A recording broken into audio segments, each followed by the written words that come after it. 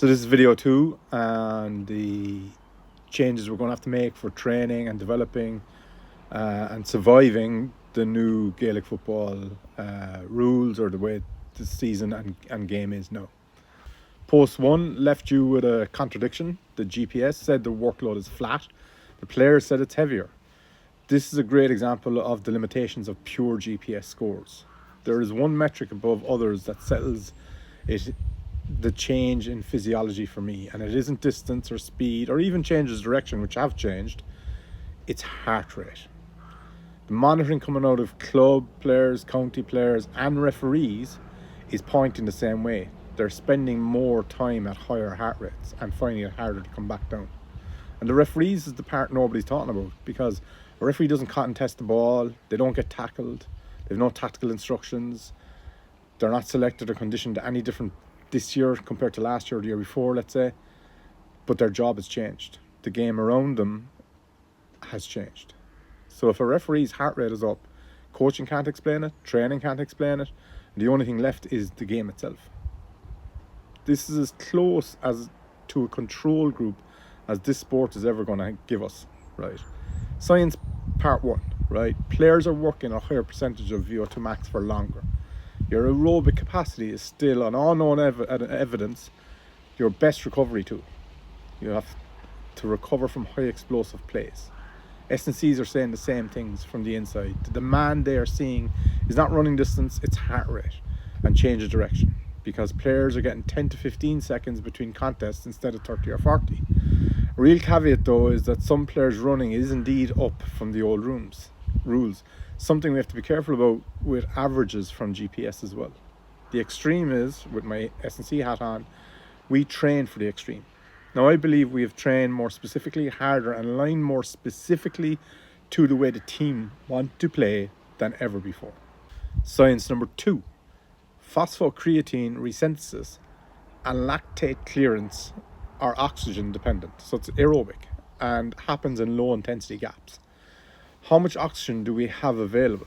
That is, to a certain level, a trainable quality. But when the hell will an inter-county player get to train that sufficiently? That's a big question.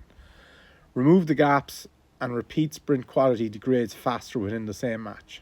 In English, and I'm using an incorrect term here in a way, what mistakenly is known as lactic acid buildup, right? I won't get into that now per se, but I want coaches and players to understand what I'm talking about, right? They certainly understand the feeling of the lactic acid, right? But it's reduced by breaks in play, that recycling and use of the aerobic engine. And those recovery times now, from the old rules to new, are down anywhere from 50 to 100%. They're at least halved, right? What is really happening is lactate accumulates rather than it clears, right? So more time above our threshold means each passage of play starts from a worse baseline than the one previous. Same meters, more of them are spent above threshold. That's not a fitness problem. That's a different type of fitness. We know of a different physiological profile. Arguably something Mayo copped faster than anyone. This is a different sport. Throughout the series, you'll hear me talk about 8 weeks. That's how much physical training I think you need every year before starting any football matches. Okay, 8 weeks. Again, where is that coming from for county players? It's a big question for me. Some will be fine, but what about the guys who get to provincial club finals? They're goosed. What about the sprint profile guys who need extra care and extra training and more rest? They're in trouble. And they may escape year 1, but it does catch up. You need an off season and you need a pre-season. And they're only kind of getting either now, but only a small percentage get both in reality. Being unsuccessful, weirdly, is the best way of getting yourself a break. The earlier you're knocked out for club and county, the bigger your break. That is why most, but not all, of course, top level soccer players get through 50, 60 and sometimes even as high as 70 games a season. They do serious pre-seasons. And even this year now, watch how many of them will break down because of the World Cup. That has really interrupted their recovery. Many inter-county footballers will go from 19 to 23, 24 with no break whatsoever. Think about that. Competitive school, they're obviously handy. the after county minor, they're playing Curnaby or any of those types of games into 20s, lifting weights while the club season is still going on. Competitive club team gets into November, back in with the county panel, on an extended senior panel, breaking themselves into the league squad year after year after year. It's not just about the rules. I want to be clear on that. They haven't helped.